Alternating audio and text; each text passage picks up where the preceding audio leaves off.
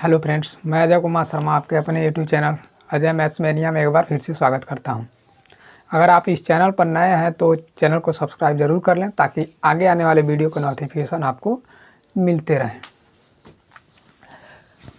चलिए आज का सेशन चालू करते हैं। हम कक्षा 10 गणित यूपी बोर्ड के प्रीवियस ईयर पेपर 2022 के सेट 822 AX को सॉल्व कर रहे थे।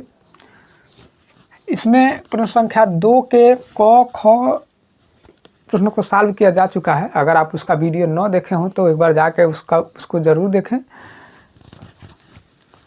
आज हम गॉस को सॉल्व करेंगे। देखते हैं कि क्वेश्चन में क्या बोला है। करा एक शंक्वाकार बाल्टी के दोनों वृत्तीय सिरों की त्रिज्याएं 28 सेंटीमीटर और 7 सेंटीमीटर है।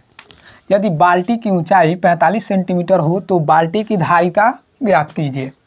कोई शंक्वाकार बाल्टी है जिसकी दो त्रिज्याएं दी हुई हैं और उसका ऊंचाई भी दिया हुआ है और इसकी सहायता से हमको उस बाल्टी की धारिता बतानी है। धारिता मतलब आयतन ही बताना है। तो चलिए देखते हैं कि कोई बाल्टी है इस तरह से हमारे पास।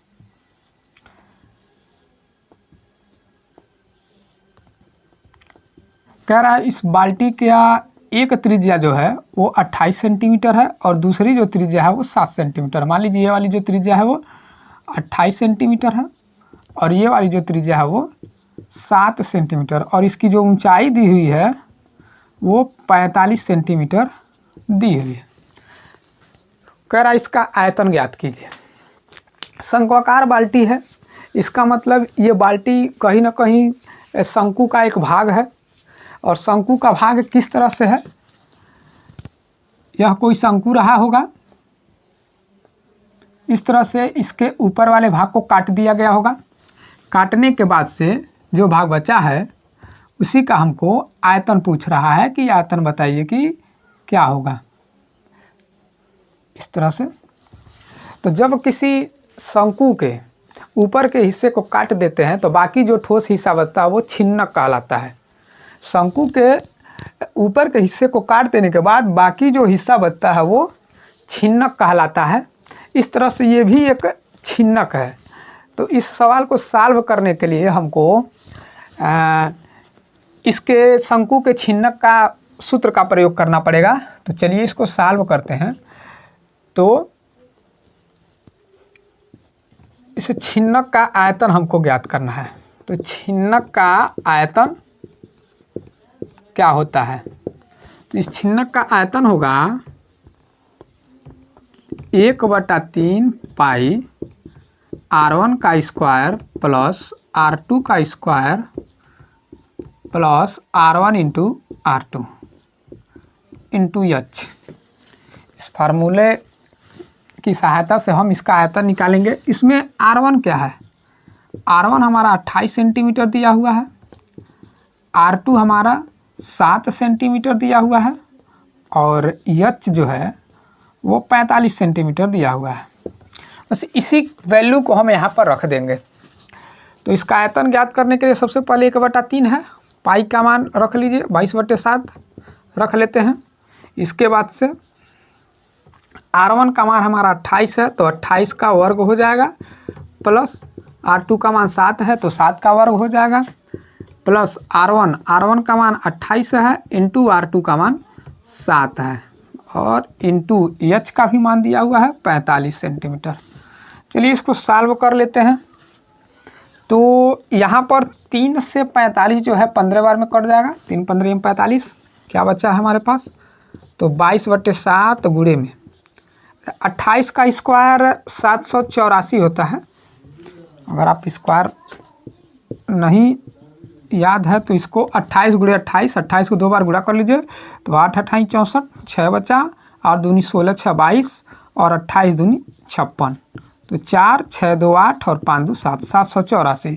इस तरह से 28 का जो स्क्वायर हुआ वो 784 धन 7 का स्क्वायर 49 होता है, धन 28 में 7 का गुणा करें तो 7/56 को 6 हासिल 5, 7 दूनी 14 5 19 196 और हमारा H जो है वो 15 भी बचा हुआ है।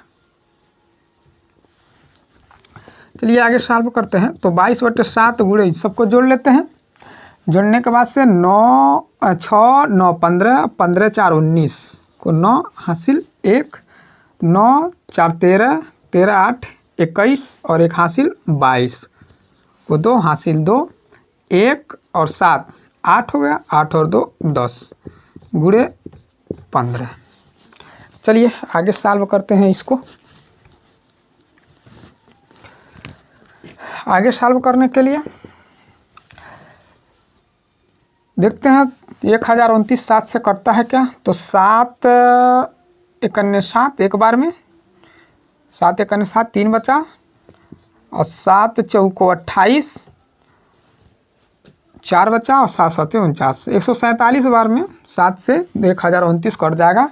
अब हमारे पास बचा है 22 गुणे 147 गुणे 15। अब इन सबको आपस में हम गुणा कर लें। गुणा किससे किया जाए, तो यहाँ पर 147 में पहले 15 का गुणा कर लिया जाए, देखते हैं कितना होता है। 5 7 35 को 5 हासिल 3, 5 चौको 20 3 23 को 3 हासिल 2, 5 एकन्ने 5 2 7 147 एकन्ने 147 5 7 3 10 7 4 11 1 12 1 1 2 2200 5 आ गया। अब इस 2205 में 22 से मल्टीप्लाई कर दिया जाए तो 2 पच्चे 10 2 0 0 1 हो गया, 2 दूनी 4 और 2 दूनी 4। यहाँ पर भी 0 1 4 और 4 0 1 4 1 5 4 4 8 और 4 48,510। इस तरह से इन सबको जब हम मल्टीप्लाई करेंगे तो 48,510 सेंटीमीटर हमारा आंसर आया। इस तरह से इस सवाल का जो जवाब होगा वो 48,510 सेंटीमीटर होगा। हमारे पास एक सवाल दिया हुआ था कि एक शंक्वाकार बाल्टी के दोनों वृत्तीय सिरों की त्रिज्या 28 सेंटीमीटर और 7 सेंटीमीटर है, तो बाल्टी की ऊंचाई 45 सेंटीमीटर हो तो हमको बाल्टी की धारिता ज्ञात करनी थी। तो ये बाल्टी कहीं ना कहीं एक छिन्नक है, शंकु का छिन्नक है, इसलिए हम छिन्नक का आयतन का फार्मूला इसमें लगा दिए।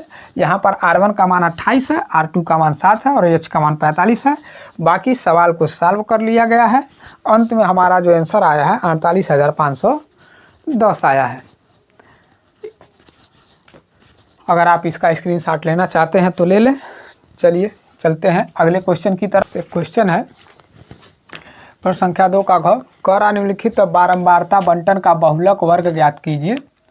इस बंटन का हमको बहुलक वर्ग ज्ञात करना है कि इसका बहुलक वर्ग क्या होगा। तो हमको वर्ग अंतराल दिया हुआ है 0 से 4 4 से 8 8 से 12 12 से 16 16 से 20 और 20 से 24। बारंबारता हमको दी हुई है 0 से 4 में 5 बार है, 4 से 8 में 7 बार है, 8 से 12 में 9 बार है, 12 से 16 में 17 बार है, 16 से 20 में 12 बार और 20 से 24 में 10 बार बारंबारता दी हुई है। तो बहुलक क्या होता है, किसी भी संख्या का जो बहुलक होता है वो संख्या कितनी बार रिपीट हुई है, कितनी बार उसकी बारंबारता हुई है, वही बहुलक कहलाता है। यानी कि कोई पार्टिकुलर संख्या एक सीरीज में कितनी बार रिपीट हुई है वही उसकी बारंबारता कहलाती है। तो इसका वर्ग बहुलक वर्ग ज्ञात करने के लिए हमको ये देखने पड़ेगा कि कौन सी संख्या का बहुलक सबसे ज़्यादा है। तो हम बारंबारता देख रहे हैं सबसे ज़्यादा 17 का हुआ है। इस बंटन में सबसे ज़्यादा बार बारंबारता 17 का हुआ है, यानी कि 17 बारंबारता सबसे अधिक बार आया है। इसलिए 17 जो बारंबारता है वो कौन से वर्ग में है, तो 12 से 16 में है। 17 की जो बारंबारता है कौन से वर्ग में है, 12 से 16 में है। इसलिए इस सवाल का जो जवाब होगा वो होगा 12 से 16। बहुलक वर्ग कौन सा होगा, तो 12 से 16 बारंबारता का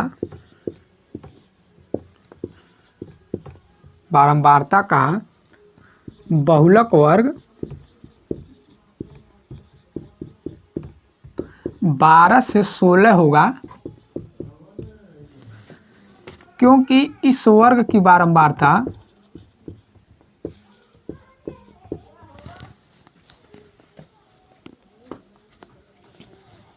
बंटन लिख लीजिए, बंटन का बहुलक वर्ग 12 से 16 होगा, क्योंकि इस वर्ग की बारंबारता वर्ग की बारंबारता